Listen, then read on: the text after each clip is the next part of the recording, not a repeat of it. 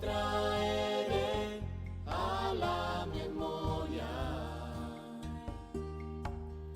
la obra de su Espíritu entre nosotros. Buenas tardes y bienvenidos a la introducción al Antiguo Testamento.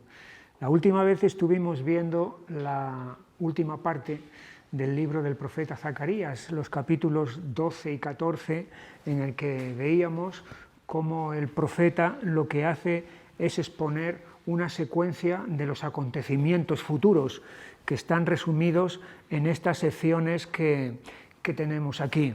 El ataque contra Jerusalén, la intervención de Dios para librar a la ciudad de ese ataque, a continuación la conversión de Israel a Dios y luego el otro ataque, un posterior, nuevo ataque contra Jerusalén, y después ocurre la segunda venida de Jesús sobre el Monte de los Olivos y finalmente la instauración del reino de Dios. Esta es la panorámica que nos presentaba entonces el profeta Zacarías al final de su libro.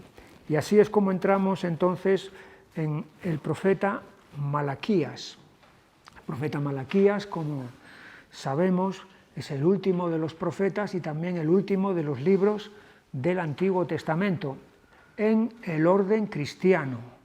Ya hemos dicho algunas veces que el orden que las Biblias hebreas tienen es diferente. Allí lo tenéis, los que tenéis el manual, en la página 6, allí en la parte de arriba de esa página está la división y el orden que los judíos hacen del Antiguo Testamento. Tienen los mismos libros que nosotros, pero están organizados de diferente manera. En la primera parte están los 5 libros de Moisés, luego en la segunda parte están los libros que van desde Josué hasta Segundo de Reyes. Y a continuación, en vez de entrar Primero de Crónicas, Segundo de Crónicas y Esdras y Nehemías y Esther como hacemos nosotros, ellos no.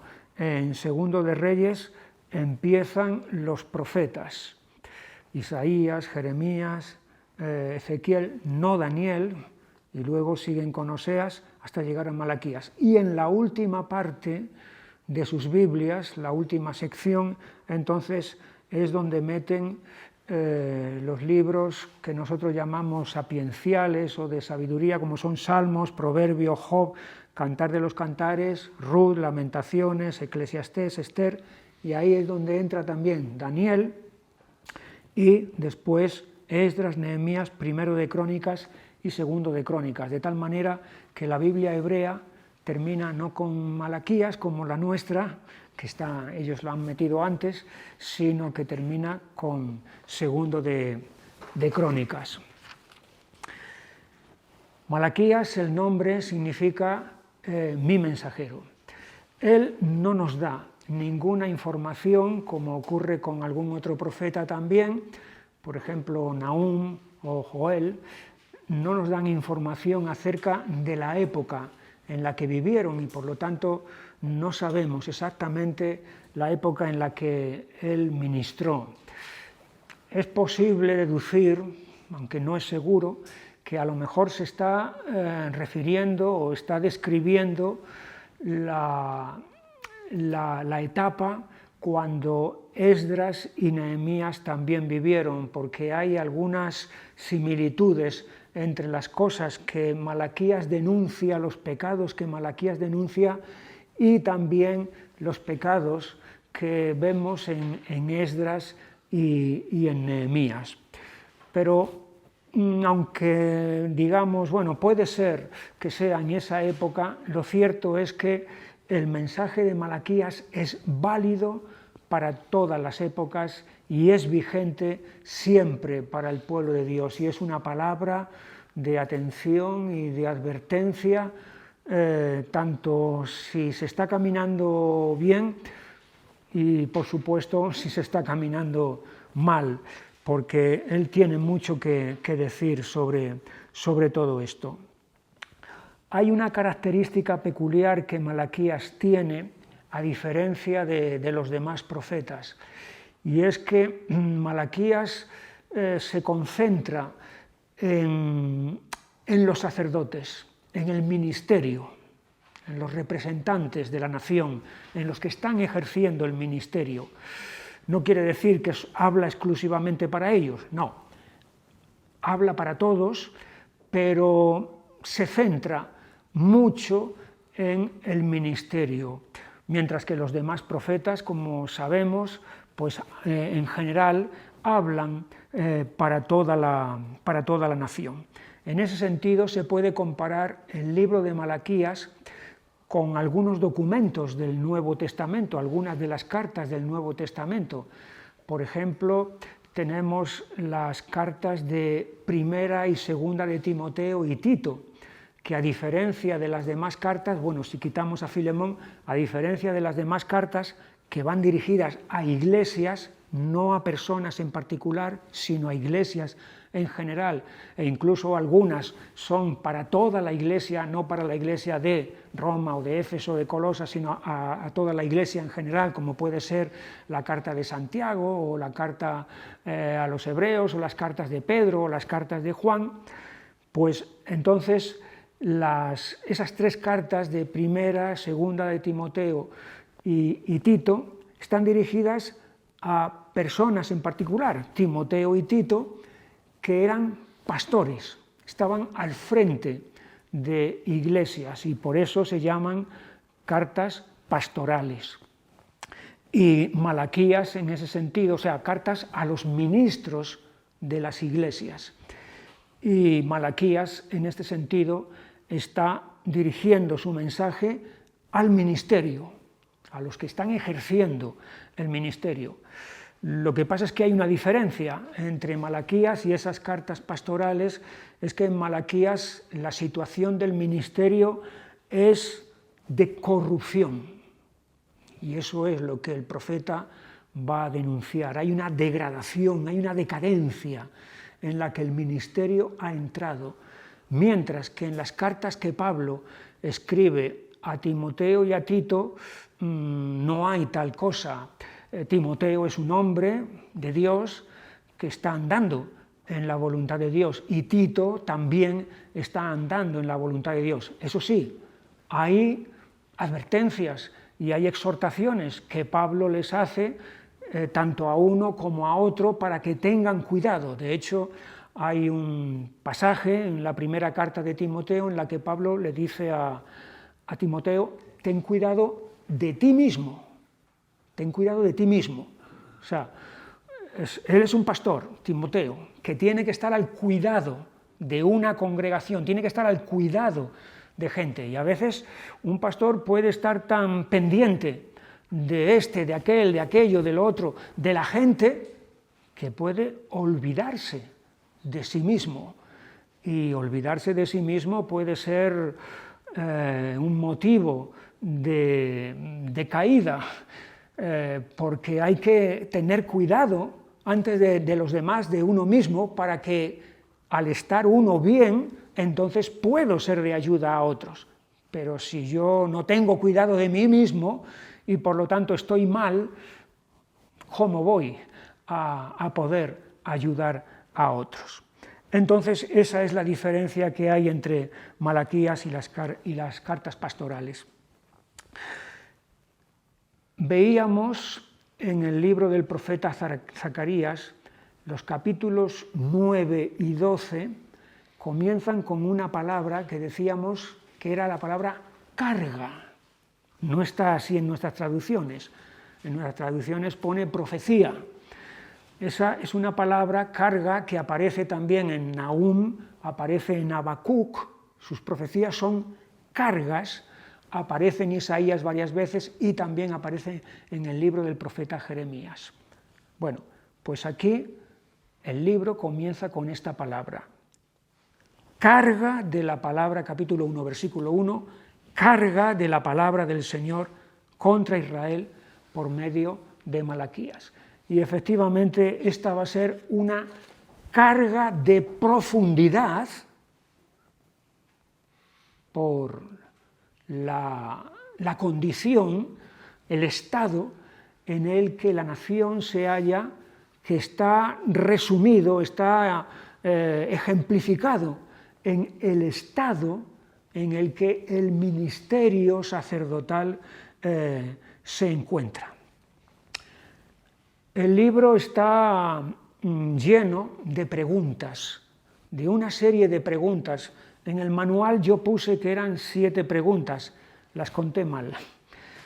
10 preguntas le están haciendo la gente a Dios, los sacerdotes a Dios, pero no son preguntas para recibir información de que son... No, son preguntas desafiantes, son preguntas de osadía, de atrevimiento.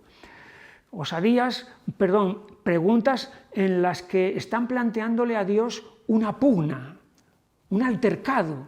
Es como si estuvieran debatiendo, estuvieran discutiendo con Dios, para que Dios les demostrara lo que ellos ya perfectamente tenían que saber de sobra. Comenzamos. Capítulo 1 y versículo 1, profecía, carga de la palabra del Señor contra Israel por medio de Malaquías. Yo os he amado, dice el Señor. Esta es la declaración con la que se abre el libro de Malaquías. Y es que Dios ha amado a la nación. Ese es el punto de partida. Ahí es donde comienza todo. Si no fuera por ese amor de Dios, esta nación ni siquiera hubiera llegado a ser nación, ni hubiera llegado a ser, por supuesto, lo que fue y lo que es. Es porque Dios los ha amado que ellos son Israel. Y en este sentido es lo que Dios mismo dice allí en el libro de Deuteronomio, en el capítulo 7 y versículo 7. No por ser vosotros más que todos los pueblos os ha querido el Señor y os ha escogido, pues vosotros erais el más insignificante de todos los pueblos, sino por cuanto el Señor os amó y quiso guardar el juramento que juró a vuestros padres, os ha sacado el Señor con mano poderosa y os ha rescatado de servidumbre de la mano de Faraón, rey de Egipto. Así que la razón del amor de Dios no está en algo extraordinario, en algo de merecimiento que hubiera en Israel, que lo hiciera diferente a los demás, sino que la razón del amor de Dios está en Dios mismo, en que Dios, en su libre voluntad, ha decidido, ha escogido así amar a Israel. Yo os he amado. Y aquí es donde viene la primera pregunta desafiante. Dijisteis, ¿en qué nos amaste? Es una pregunta desafiante, porque a lo largo de su historia Dios ha recibido prueba tras prueba, evidencia tras evidencia del continuado, del persistente amor de Dios. Claro, Dios los sacó de la esclavitud de Egipto, Dios los llevó por el desierto, los proveyó, los cuidó, Dios los introdujo en la tierra de Canaán, Dios les dio la victoria frente a sus enemigos y los estableció allí y los bendijo. ¿Hay pruebas del amor de Dios? Claro que las hay. Hay pruebas de sobra, hay pruebas evidentes, de tal manera que esta pregunta está totalmente fuera de lugar, fuera de sitio. ¿En qué nos amaste? Es una pregunta, como digo, desafiante y retadora, porque no proviene de un pueblo que está en la oscuridad, que está en las tinieblas, sino que es un pueblo que ha recibido la luz y la bendición de parte de Dios. En ese sentido, esta pregunta se parece bastante a la que le hicieron a Jesús en determinado momento. Allí en el Evangelio de Juan, en el capítulo 6 y versículo 29, dice, respondió Jesús y les dijo, esta es la obra de Dios, que creáis en el que Él ha enviado. Le dijeron entonces: ¿qué señal pues haces tú para que veamos y te creamos? ¿Qué obra haces? La gente que le está haciendo esta pregunta acaba de ser alimentada milagrosamente por Jesús, 5.000 varones, sin contar mujeres y niños, han sido todos ellos alimentados milagrosamente por Jesús. De tal manera que una señal, una gran señal, una señal que no puede ser hecha por nadie, nada más que por alguien que tenga los poderes que tenía Jesús, ha sido hecha. Y los mismos que han recibido la bendición, el beneficio de esa señal, ahora mismo están diciendo: ¿qué señal pues haces tú para que veamos y te creamos? Es una pregunta retadora, es una pregunta osada, atrevida, porque la respuesta la tienen en ellos mismos, si es que quieren recibirla. ¿En qué nos amaste? Y ahí es donde viene la condescendencia de Dios y la paciencia de Dios para responder a esta pregunta.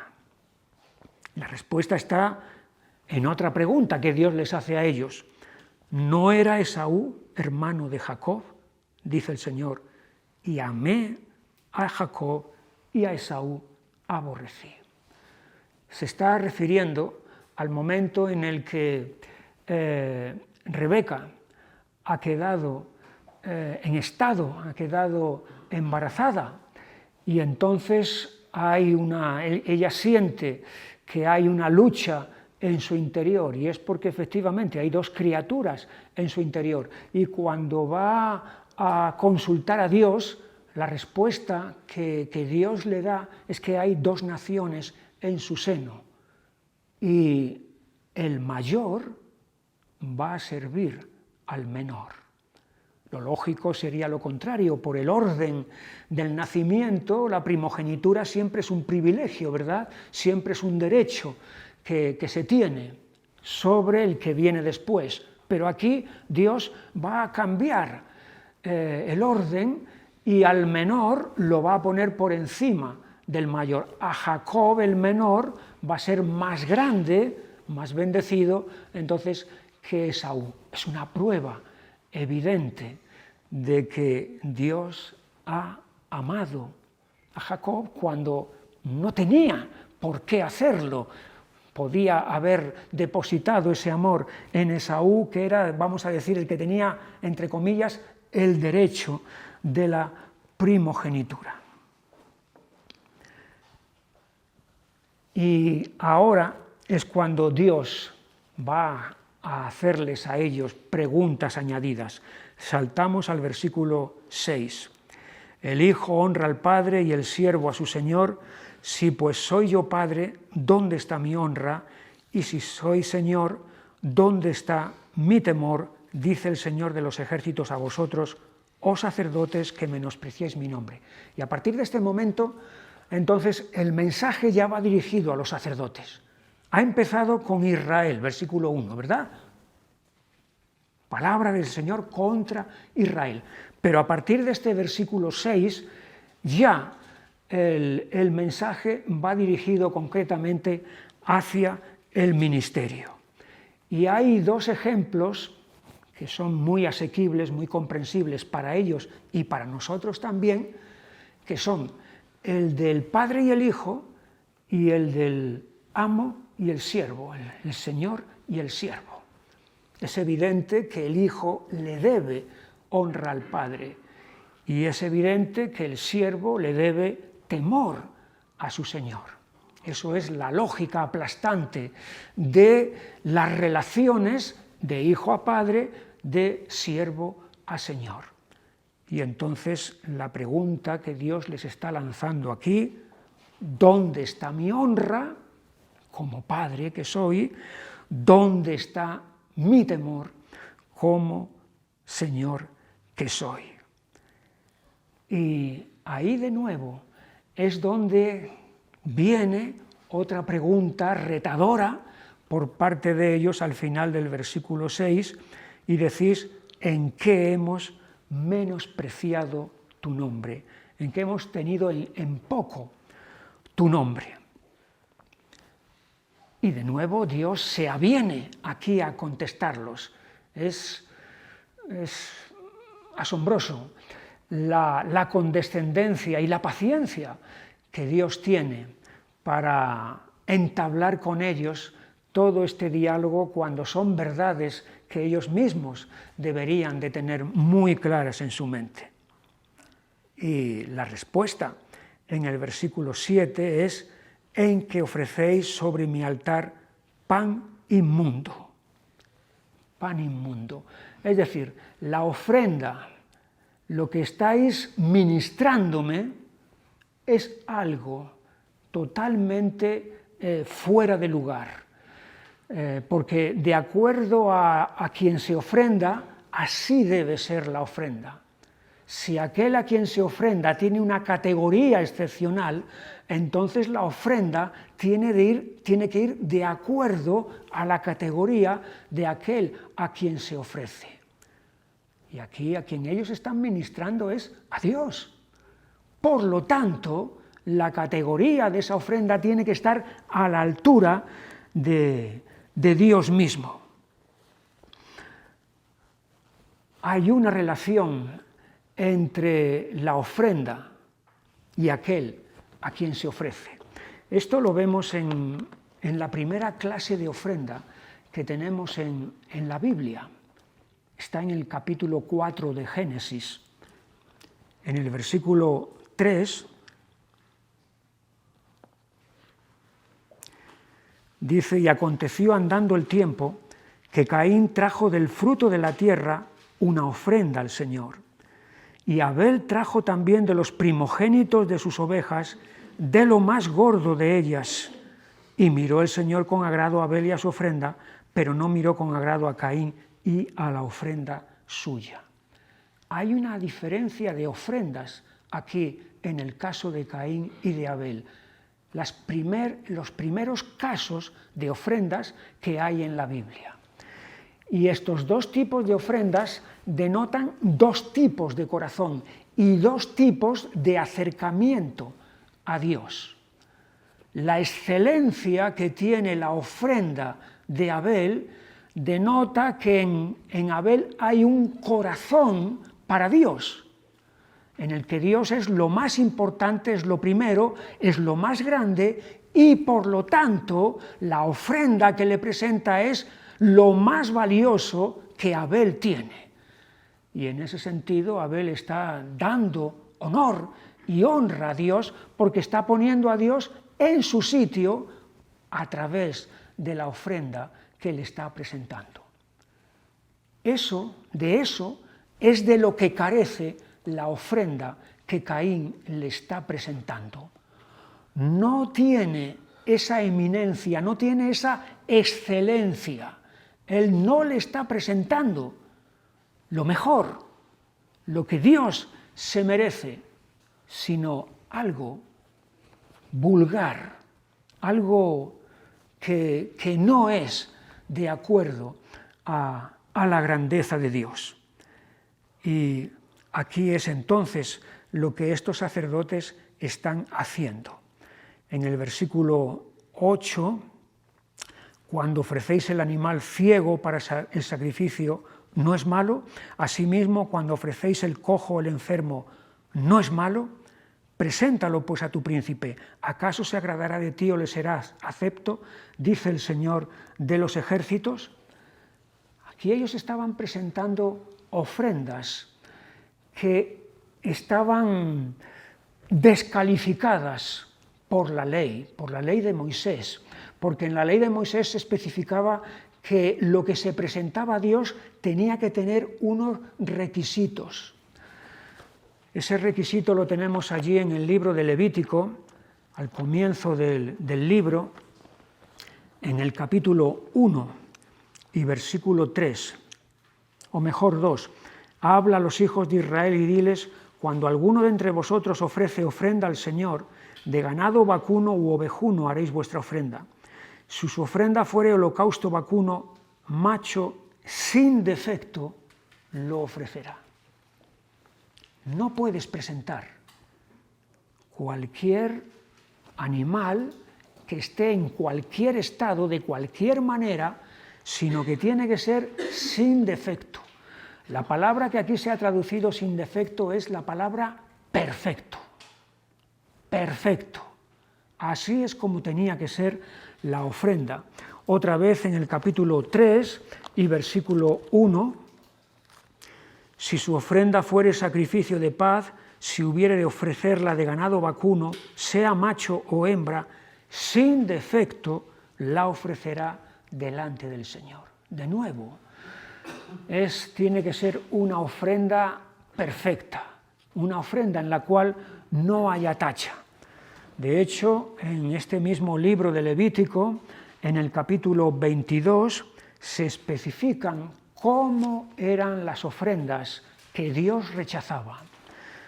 Levítico 22 y versículo 20, ninguna cosa en que haya defecto ofreceréis, porque no será acepto por vosotros.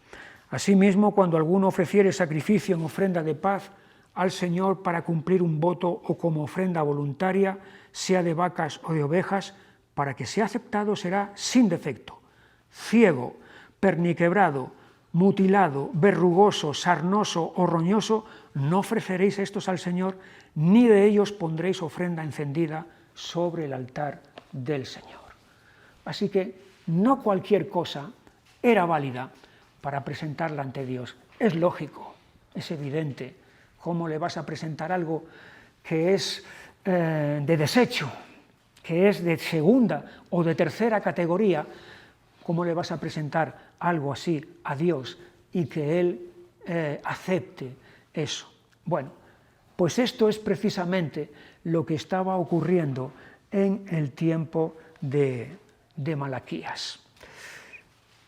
No solamente es que estos sacerdotes lo que estaban ofrendando a Dios era desdeñable, sino que pensaban que la provisión de Dios para ellos era despreciable.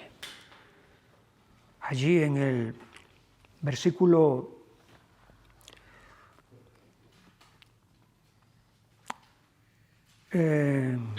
7, al final del versículo 7, dice: ¿en qué te hemos deshonrado? En que pensáis que la mesa del Señor es despreciable.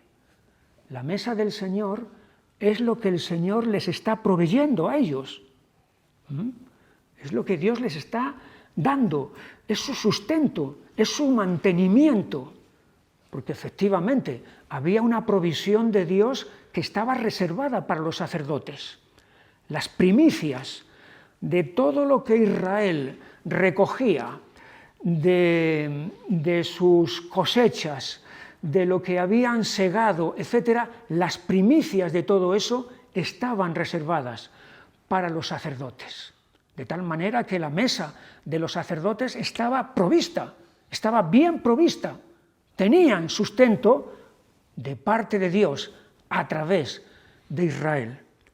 Sin embargo, lo que estos sacerdotes están diciendo, están pensando, esta mesa que Dios nos ha preparado es despreciable. Ese es el concepto, esa es la noción. Es un concepto de ingratitud, ¿verdad? Claro, de estar minusvalorando, menospreciando aquello que Dios les está dando. Versículo 10. ¿Quién también hay de vosotros que cierre las puertas o alumbre mi altar de balde? Yo no tengo complacencia en vosotros, dice el Señor de los ejércitos, ni de vuestra mano aceptaré ofrenda. Aquí ya no solamente se está refiriendo a los sacerdotes que están realizando este ministerio, vamos a decir, de primer nivel, de primera categoría, sino que aquí se está refiriendo a aquellos que estaban sirviendo en el templo, levitas, que tenían, vamos a decir, un ministerio de segunda categoría, pero un ministerio para Dios también, como era el estar encargados de las puertas del templo, es decir, los porteros del templo, y también alumbrar mi altar de balde era los que proporcionaban la leña para que en el altar siempre hubiera fuego encendido para luego que las ofrendas que eran puestas sobre el altar fueran consumidas en el mismo. Así que aquí estamos pensando ya no solamente en los ministerios de primera categoría, que están despreciando a Dios, sino los ministerios, vamos a decir, de segunda categoría, los ministerios menores, también están despreciando a Dios. Porque si no hay paga, no hay servicio. Si no hay paga, si no hay remuneración, esta gente no hace nada. Su motivación no es servir a Dios, sino es recibir lo que puedan recibir. Este es el estado de cosas en el que se encuentra el ministerio. Hay una corrupción del ministerio. ¿Quiere esto decir entonces que si su nación, si los suyos, si sus ministros no le dan culto a Dios, quiere decir que Dios se queda sin que nadie le dé culto? No. Fíjate lo que dice el versículo 11. Porque desde donde el sol nace hasta donde se pone, es grande mi nombre entre las naciones, y en todo lugar se ofrece a mi nombre incienso y ofrenda limpia, porque grande es mi nombre entre las naciones, dice el Señor de los ejércitos. Aquí hay una paradoja, hay un contraste. Mientras que los suyos, sus ministros, no le están dando el culto que Dios es digno de recibir, los gentiles, los que no son parte de su pueblo, le están dando a Dios lo que su pueblo le está negando. Esto tiene su cumplimiento en el Nuevo Testamento. Si vamos un momento a la carta a los Romanos, al capítulo 15,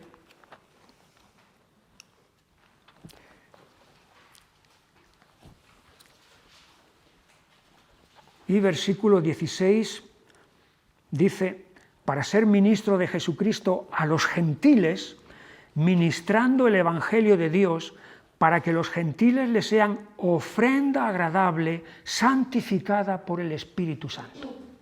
Fíjate, los gentiles, los paganos, los que no eran parte de la nación de Israel, estos finalmente han llegado a ser ofrenda agradable a Dios, santificada por el Espíritu Santo. Y aquí, por supuesto, esta ofrenda supera con creces a la ofrenda que en el Antiguo Testamento se presentaba a Dios, que después de todo eran de animales, de víctimas involuntarias que no tenían conocimiento. Pero aquí no, aquí son personas rescatadas, seres humanos que han sido redimidos y sus vidas, sus propias vidas, no es las de un animal que lo sustituye, sino ellos mismos son ofrenda agradable, santificada por el Espíritu Santo. Qué contraste, ¿no? En los suyos Dios no recibe, de los suyos Dios no recibe culto. De los extraños, de los lejanos, finalmente Dios va a recibir el culto, y el culto además verdadero.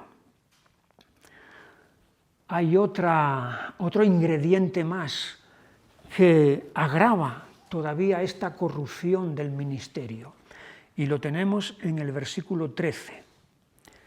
Habéis además dicho, oh, qué fastidio es esto. O sea, qué fastidio es este servicio, es tener que estar haciendo esta tarea. Se ha convertido en un fastidio. esta gente, estos ministros, están hastiados de lo que Dios les ha encargado que hagan. Ahora, hay una diferencia entre estar hastiado y estar agotado. No es lo mismo. Estar hastiado es estar harto. Estar agotado es que en el servicio hay un cansancio que en momentos viene a la vida del que está ministrando y sirviendo a Dios. Tenemos ejemplos de eso, ¿verdad? Sí. Tenemos el ejemplo, por ejemplo, de Moisés, allí en el libro de Números, en el capítulo 11,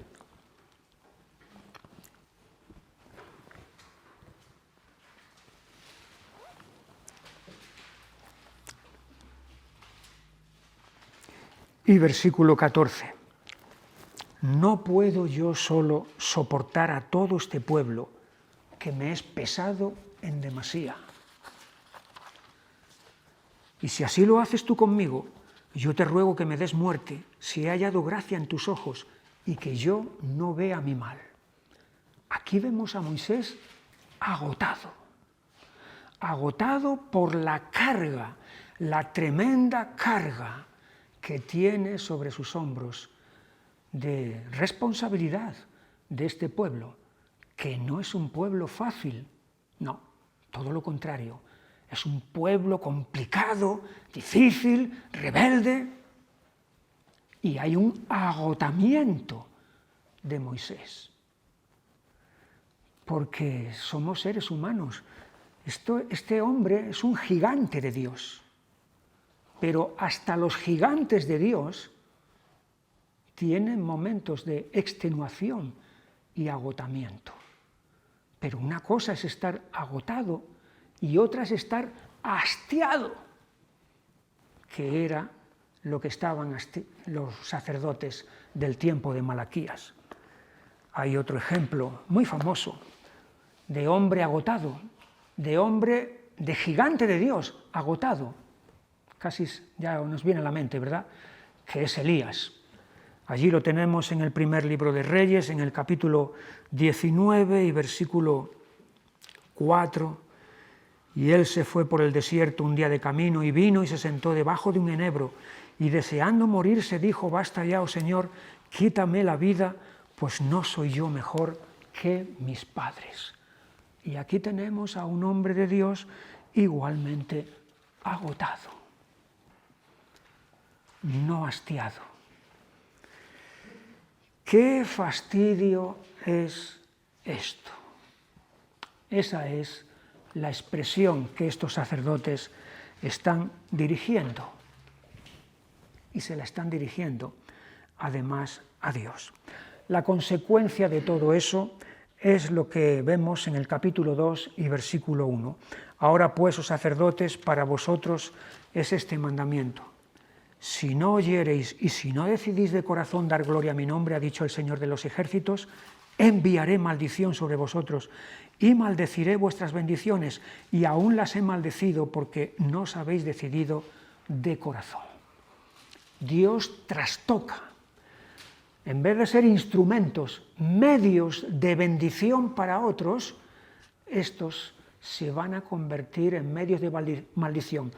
Y no importa que digan palabras bonitas, no importa que digan palabras que suenan espirituales, no importa que echen mano de la bendición de Números, el Señor te bendiga y te guarde, el Señor haga resplandecer su rostro sobre ti, el Señor tenga de ti misericordia, porque eso puede ser una fórmula, nada más, palabras, palabrería, sin contenido, que finalmente no tienen ninguna eficacia, no tienen ningún poder para bendecir a nadie por el estado de corrupción en el que el ministerio se encuentra.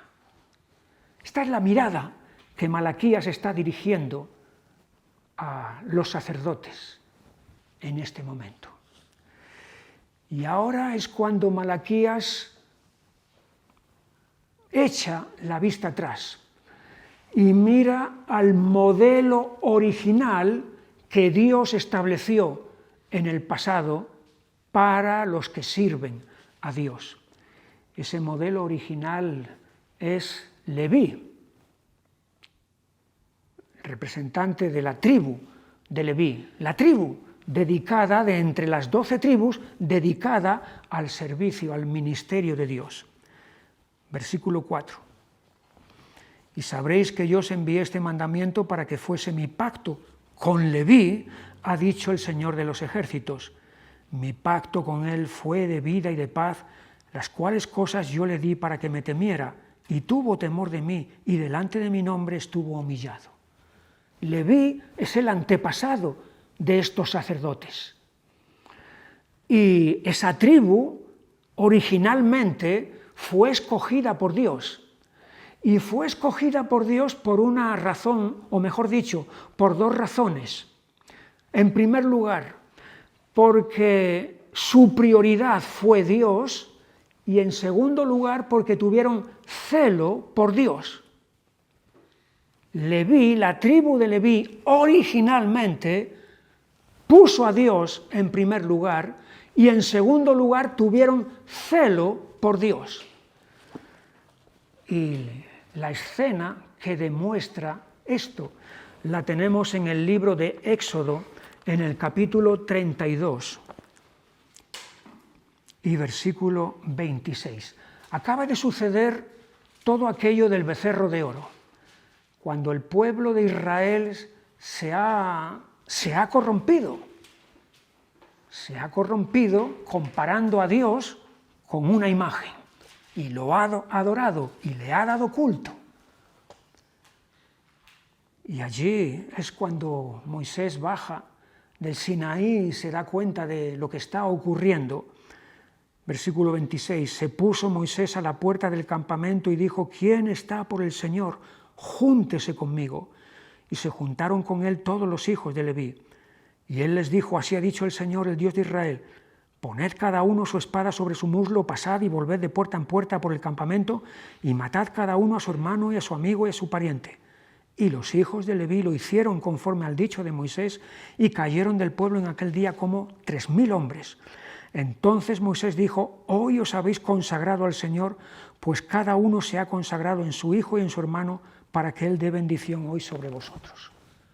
Aquí tenemos cómo los de esta tribu ponen la prioridad en el nombre de Dios, en la gloria de Dios, ahora, en este momento en el que el nombre de Dios ha sido rebajado, ha sido degradado, la gloria de Dios ha sido rebajada hasta una imagen de un animal.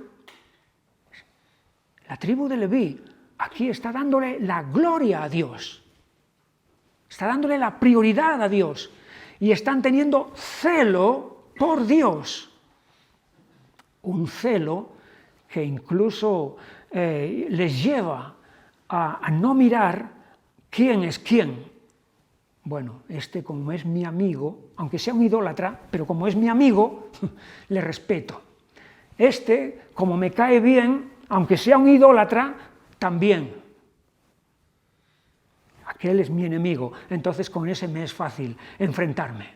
No, la tribu de Leví tiene clara que su prioridad es Dios y no hacen acepción de personas. Es por esto que esta tribu es escogida. Y Malaquías está presentándoles este modelo original de ministerio. Así es el ministerio que Dios quiere, en contraste con el ministerio que en este momento está habiendo, que es un ministerio corrupto y degradado. Es un ministerio que tiene otras cualidades, además. Versículo 6, la ley de verdad, estamos en Malaquías 2:6, la ley de verdad estuvo en su boca, e iniquidad no fue hallada en sus labios. En paz y en justicia anduvo conmigo y a muchos hizo apartar de la iniquidad, porque los labios del sacerdote han de guardar la sabiduría y de su boca el pueblo buscará la ley, porque mensajero es del Señor de los ejércitos. Aquí hay una serie de características, de cualidades del verdadero ministerio.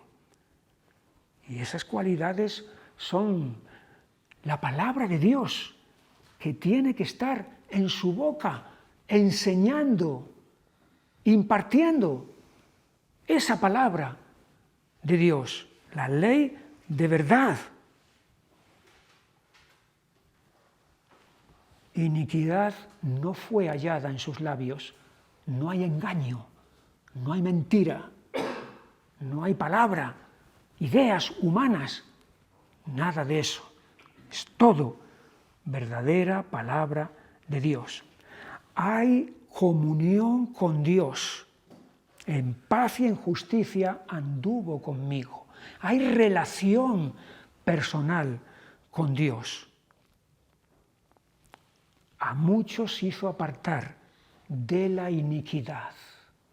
Es decir, cuando el ministerio es fiel a la palabra y están dando en comunión con Dios, eso va a tener repercusiones, va a haber conversiones, va a haber gente que se va a volver a Dios.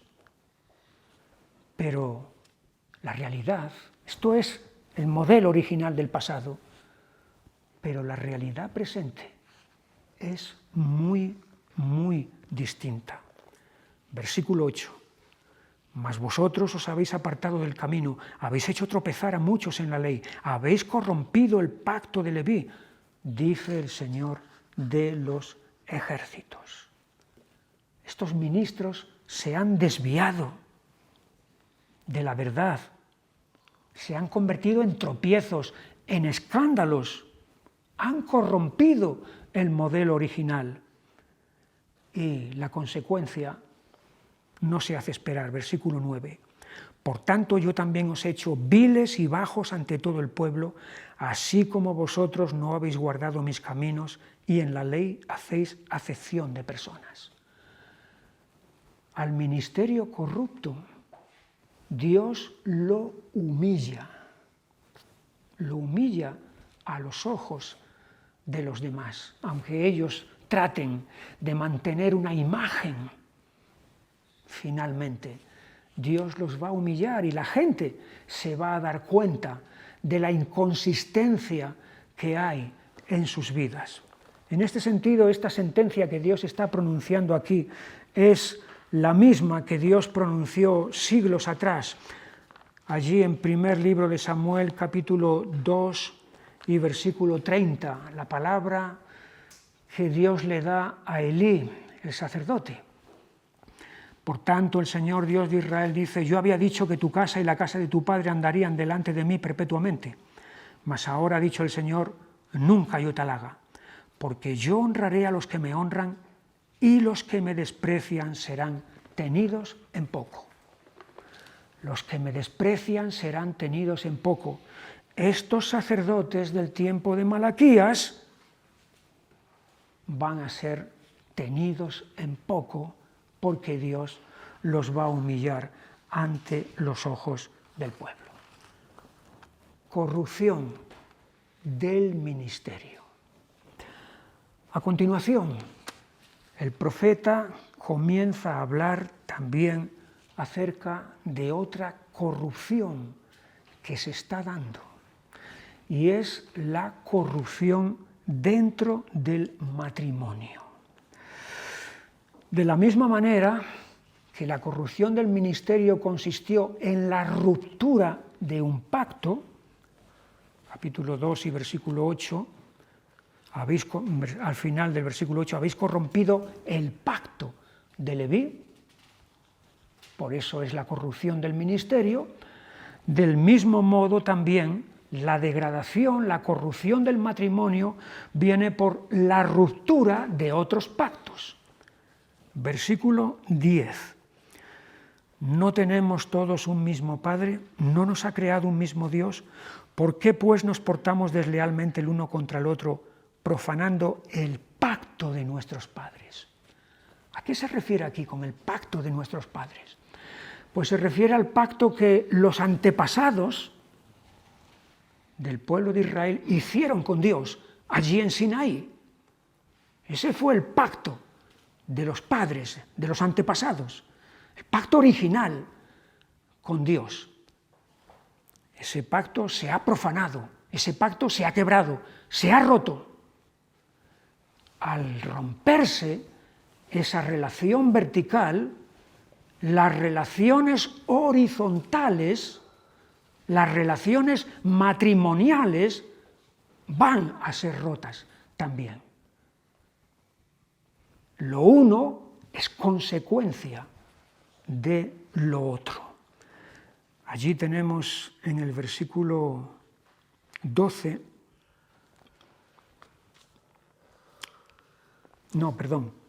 en el versículo 14, mas diréis, ¿por qué? Porque el Señor ha atestiguado entre ti y la mujer de tu juventud, contra la cual has sido desleal, siendo ella tu compañera y la mujer de tu pacto.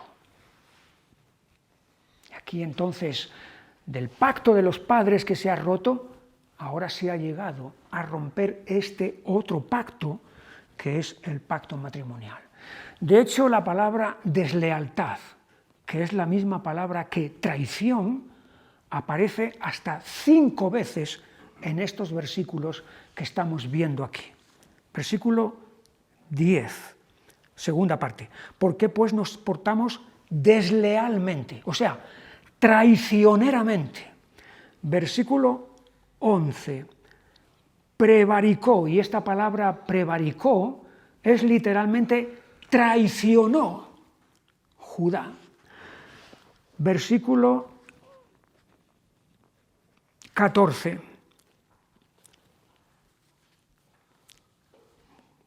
Segunda parte, contra la cual has sido desleal, contra la cual has sido traidor, contra la mujer de tu juventud. Versículo 15. Segunda parte, guardaos pues en vuestro espíritu y no seáis desleales, o sea, traidores para con la mujer de vuestra juventud. Versículo 16, final del versículo 16. Guardaos pues en vuestro espíritu y no seáis desleales, no seáis traidores.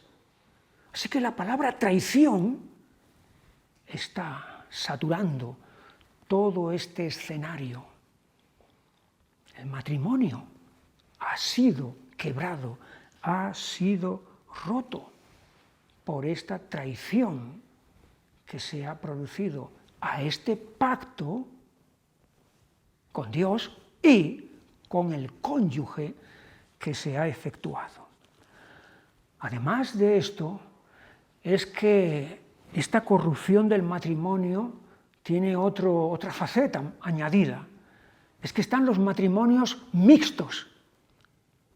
Los matrimonios mixtos son aquellos que están efectuados entre alguien que es de la fe de Israel y alguien que es de otra fe, totalmente diferente, o que no tiene ninguna fe, aunque en un sentido todo el mundo tiene una fe, aunque incluso los ateos tienen su propia fe. Pero bueno, eso es un tema que ahora no viene al caso. Pero aquí se está denunciando también esta corrupción por medio de los matrimonios mixtos. Versículo 11. Prevaricó, o sea, traicionó Judá, y en Israel y en Jerusalén se ha cometido abominación, porque Judá ha profanado el santuario del Señor que él amó y se casó con hija de Dios extraño. Un matrimonio mixto. Esto es un pecado que Dios ya advirtió tiempo atrás, allá en el libro de Deuteronomio, antes de que entraran en la tierra de Canaán, sobre este asunto. Deuteronomio 7 y versículo 2, el Señor tu Dios las haya entregado delante de ti y las haya derrotado, las destruirás del todo, no harás con ellas alianza, ni tendrás de ellas misericordia, y no emparentarás con ellas, no darás tu hija a su hijo, ni tomarás a su hija para tu hijo.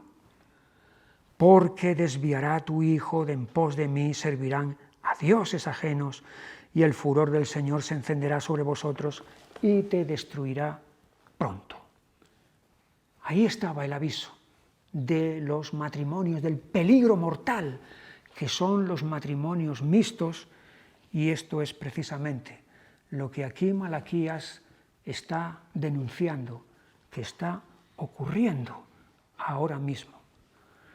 Y fíjate la sentencia que hay, versículo 12, Malaquías 2:12. El Señor cortará de las tiendas de Jacob al hombre que hiciere esto, al que vela y al que responde y al que ofrece ofrenda al Señor de los ejércitos. Cortará de las tiendas de Jacob. O sea, lo va a apartar de su pueblo, lo va a quitar de en medio de su pueblo.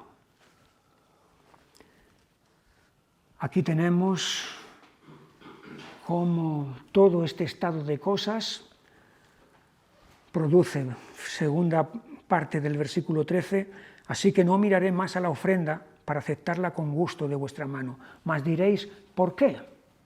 Otra vez, la pregunta desafiante, la pregunta retadora, la pugna. Es una obstinación todo esto, porque el Señor ha atestiguado entre ti la mujer de tu juventud, contra la cual has sido desleal, siendo ella tu compañera y la mujer de tu pacto. Fíjate las tres características que Dios está empleando aquí para definir la unión conyugal. Mujer de tu juventud, compañera, mujer de tu pacto. Es decir, es la mujer de tu promesa, la promesa que tú hiciste un día con ella, es la mujer de tu compromiso.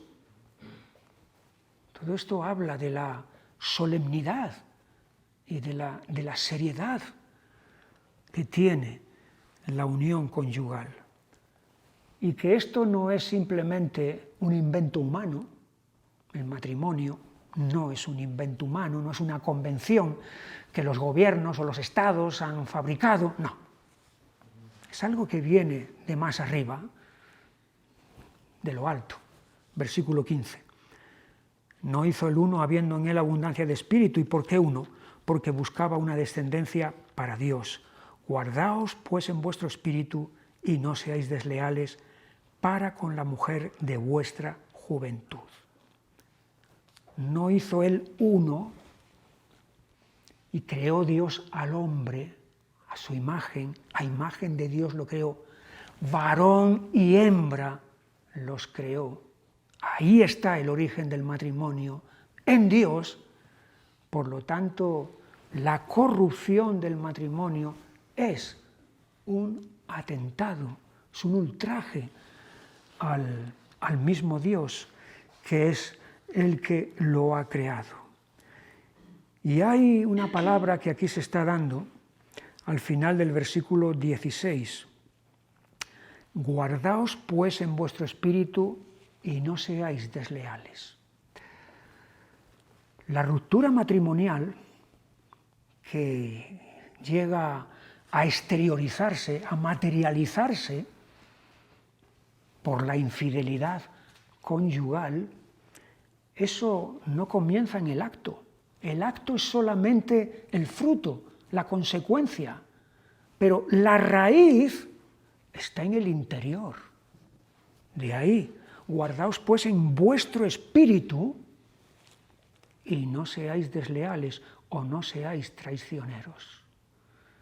Es dentro del corazón donde se maquina, donde se aloja el mal deseo, la codicia, la lujuria, el adulterio, la fornicación.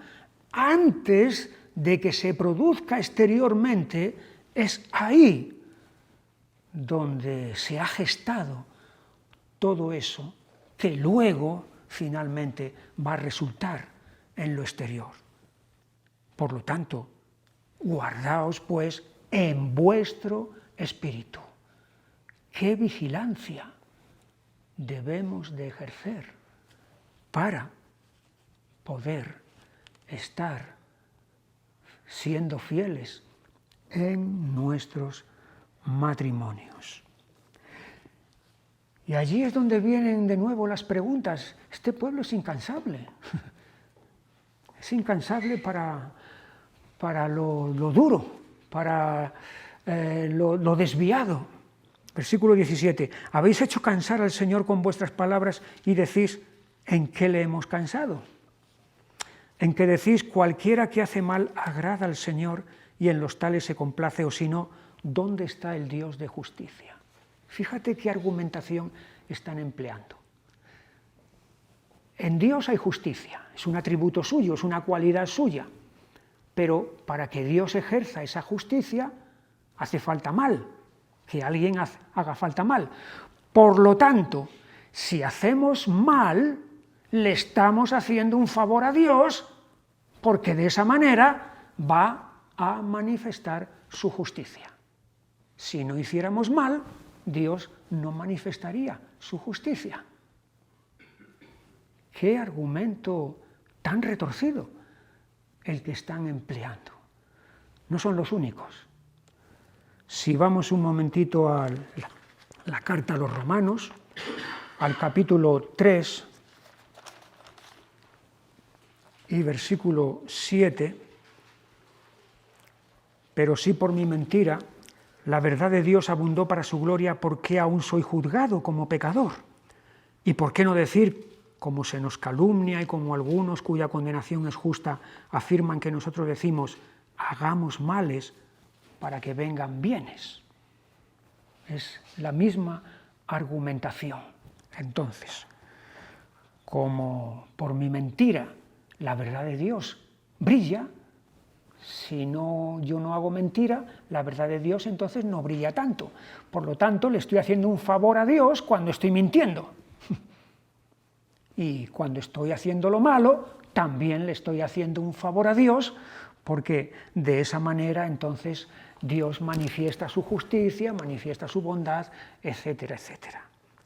Es una blasfemia, ¿no? Lo que estos están diciendo con este tipo de preguntas es ni más ni menos que eso, una blasfemia. ¿Qué estado de cosas, qué situación la que está denunciando el profeta Malaquías?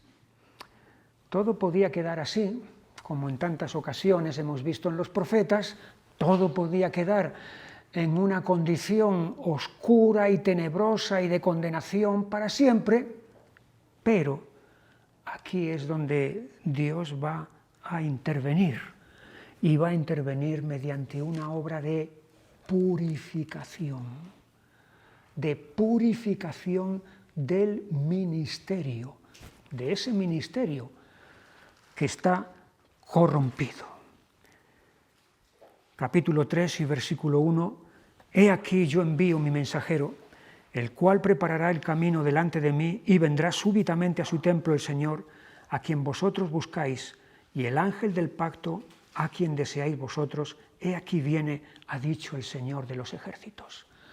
Así que Dios mismo personalmente va a venir, va a ser precedido por alguien a quien llama mi mensajero, que va a prepararle camino. Pero detrás de ese mensajero es Dios mismo el que viene en persona para poner las cosas en su sitio. Este es el texto que luego en el Nuevo Testamento Marcos, Mateo van a tomar para decir efectivamente, esa es la palabra que se ha cumplido con la venida de Jesús al mundo, precedido por el ministerio de Juan el Bautista. Allí lo tenemos en Marcos, en el capítulo 1 y versículo 2, como está escrito en Isaías el profeta, he aquí yo envío mi mensajero delante de tu faz, el cual preparará tu camino delante de ti. Y alguno dirá, bueno, ¿por qué dice aquí Isaías el profeta si es Malaquías el profeta? Porque a continuación Marcos está citando una profecía de Isaías, voz del que clama en el desierto, preparad el camino del Señor. Y entonces él los engloba a los dos profetas, Malaquías e Isaías, bajo el nombre de Isaías. Pero a lo que vamos, yo envío mi mensajero delante de tu faz, el cual preparará tu camino delante de ti. Y es el anuncio entonces del ministerio de Juan el Bautista, que viene antes que Jesús para prepararle el camino. Luego entonces el que el profeta Malaquías está anunciando aquí, el Señor, Dios mismo, es Jesús en persona que está viniendo. Y lo que va a hacer en esta venida lo tenemos en el versículo 2. ¿Y quién podrá soportar el tiempo de su venida? ¿O quién podrá estar en pie cuando Él se manifieste? Porque Él es como fuego purificador y como jabón de lavadores. Y se sentará para afinar y limpiar la plata, porque limpiará a los hijos de Leví, los afinará como a oro y como a plata, y traerán al Señor ofrenda en justicia. Esos hijos de Leví, sacerdotes corruptos, son los que aquí van a ser purificados, afinados, limpiados, de la misma manera que se hace con la plata y con el oro. La plata y el oro tienen adheridos muchas impurezas, ¿verdad?, cuando son extraídas de la mina, y tienen que pasar por ese proceso de purificación que es a través del fuego para quitarles todo eso. Incluso luego con la plata tiene que haber una labor de mantenimiento continua. No sé si tenéis algún objeto de plata. Es un quebradero de cabeza. Son bonitas en cierto sentido, pero en otro sentido es un quebradero de cabeza, porque eso va tomando un color con el paso del tiempo que dices, ¿qué ha pasado? Si esto era brillante y ahora mismo está opaco, tienes que pasarle otra vez un producto para limpiarlo, y de nuevo, y de nuevo, y de nuevo. Es una labor continuada de mantenimiento. Es lo mismo que ocurre también con el ministerio y con el ministerio cristiano. Si vamos un momento a la segunda carta a los Corintios, al capítulo 3,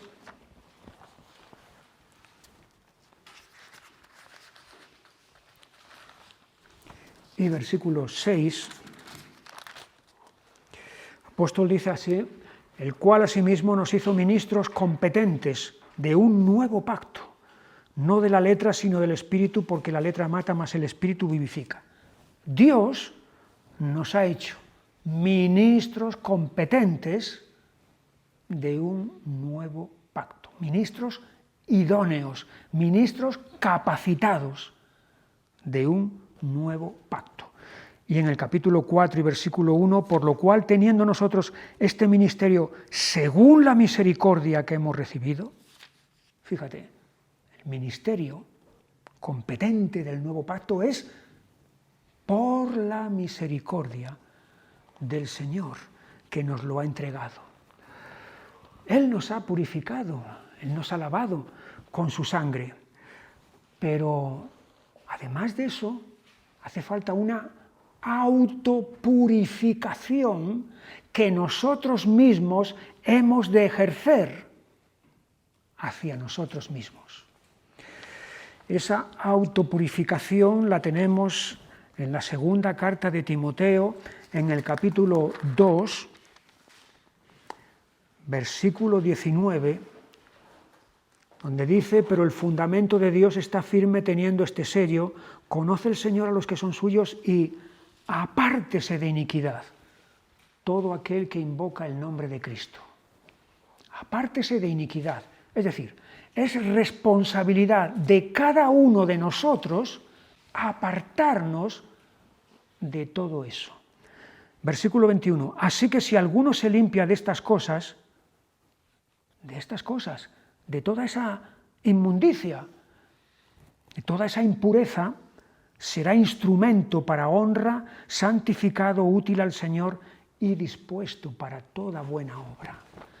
Por lo tanto, hay una purificación que Dios efectúa en nosotros para capacitarnos, y hay una autopurificación que nosotros hemos de estar ejerciendo para mantenernos en la voluntad de Dios.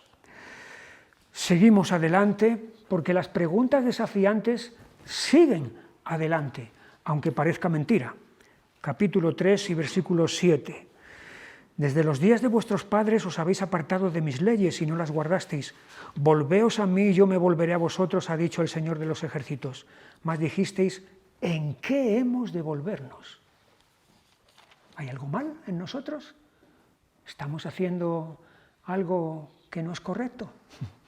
¿Qué pregunta? ¿En qué hemos de volvernos? Y aquí Dios les va a tocar en un punto concreto. ¿Robará el hombre a Dios? Pues vosotros me habéis robado. Y dijisteis, ¿en qué te hemos robado? En vuestros diezmos y ofrendas. El diezmo es ni más ni menos que el reconocimiento de que todo lo que tenemos viene de Dios, de que todos nuestros bienes materiales vienen de parte de Dios. Por lo tanto, eso es una manera de decir, gracias Señor, que tengo, que tú me has provisto, me has dado lo necesario e incluso a veces más de lo necesario. Y de esta manera, mediante ese diezmo apartado para el ministerio, entonces es como se está reconociendo la bondad de Dios. Me habéis robado, dice aquí el Señor, porque ellos no están reconociendo la provisión de Dios en sus vidas. Es lo que dice Proverbios en el capítulo 3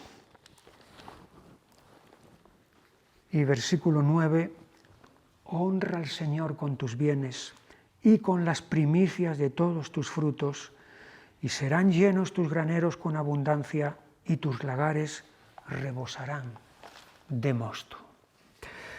Seguimos adelante y ya vamos a ir terminando con más preguntas todavía que esta gente tiene que hacerle a Dios. Versículo 13 del capítulo 3. Vuestras palabras contra mí han sido violentas, dice el Señor, y dijisteis que hemos hablado contra ti. Habéis dicho, por demás es servir a Dios. ¿Qué aprovecha que guardemos su ley y que andemos afligidos en presencia del Señor de los ejércitos? ¿De qué sirve? ¿De qué vale andar en la voluntad de Dios? ¿Vale para algo? ¿Hay algún beneficio? ¿Hay algún provecho de eso? 15. Decimos pues ahora, bienaventurados son los soberbios y los que hacen impiedad. No solo son prosperados, sino que tentaron a Dios y escaparon. Es una manifestación de la dureza de corazón. Pero en medio de todas estas preguntas y de esta gente que está argumentando de esta manera, hay un remanente fiel. Versículo 16. Entonces los que temían al Señor hablaron cada uno a su compañero, y el Señor escuchó y oyó, y fue escrito libro de memoria delante de él para los que temen al Señor y para los que piensan en su nombre.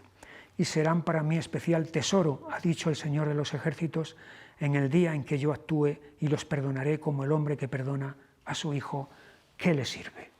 Así que aquí hay gente que en medio de ese ambiente de retar a Dios, está teniendo temor de Dios y quieren agradar a Dios. Y así llegamos al último capítulo, a la última parte del libro, que es el anuncio del día del Señor. El día del Señor. Es una constante, ¿verdad?, en los profetas. La mayoría de los profetas hablan acerca de ese día, de la llegada de ese día del Señor. Y aquí también Malaquías lo está anunciando. Capítulo 4 es un día doble en el sentido de que es ambivalente, de que tiene dos aspectos muy marcados, muy contrastados. en el que Dios va a mostrarse de una forma y de otra, totalmente diferente. Versículo 1, porque aquí viene el día ardiente como un horno, y todos los soberbios y todos los que hacen maldad serán estopa. Aquel día que vendrá los abrasará, ha dicho el Señor de los ejércitos, y no les dejará ni raíz ni rama. Es un día de destrucción. La palabra horno describe bien lo que es ese día. Un horno es algo que consume, es algo que quema, que destruye a todo aquello que cae allí. Ese día del Señor tiene esta faceta, horno, pero tiene otra faceta totalmente diferente. Versículo 2. Mas a vosotros, los que teméis mi nombre, nacerá el sol de justicia. Fíjate el contraste entre estas dos palabras, horno y sol. Horno, sinónimo de destrucción. Sol, sinónimo de luz y vida. Nacerá el sol de justicia y en sus alas traerá salvación. Así que doble aspecto de este día del Señor, día de perdición para unos, día de salvación y de bendición para otros. Finalmente, versículo 5. He aquí yo os envío el profeta Elías antes que venga el día del Señor grande y terrible. Él hará volver el corazón de los padres hacia los hijos y el corazón de los hijos hacia los padres, no sea que yo venga y hiera la tierra con maldición. Y esta palabra del profeta Elías, que viene antes del día del Señor, es lo que Jesús habló de Juan el Bautista, cuando estaba en la cárcel y algunos le vinieron a decir de su parte, ¿eres tú el que había de venir o esperaremos a otro? Y entonces Jesús alude a Juan viniendo en el espíritu de Elías. Y es lo mismo que el ángel Gabriel le dijo a su padre, Zacarías, que el hijo que iba a tener también vendría en el espíritu de Elías y haría volver el corazón de los padres hacia los hijos y de los hijos hacia los padres. Aquí acaba el libro del profeta Malaquías. Es un libro que mira al presente, mira lo que hay, lo que es ahora mismo. Mira al pasado, lo que hubo, lo que fue, lo que debería ser, el modelo. Y mira al futuro, lo que será en la voluntad de Dios. Terminamos así el profeta Malaquías y vamos a comenzar la sección, el bloque que nos quedó pendiente del Antiguo Testamento. Nos quedó pendiente el bloque que va de Job a Cantar de los Cantares, es decir, pasando por Salmos, Proverbios y Eclesiastés. Eso es lo que nos ha quedado y si Dios quiere, pues entonces vamos a ir adelante y vamos a terminarlo. Que el Señor os bendiga y hasta el próximo día. Y vamos a ir leyendo el libro de Job. Recordaremos, adoraremos, pues grande es su fidelidad.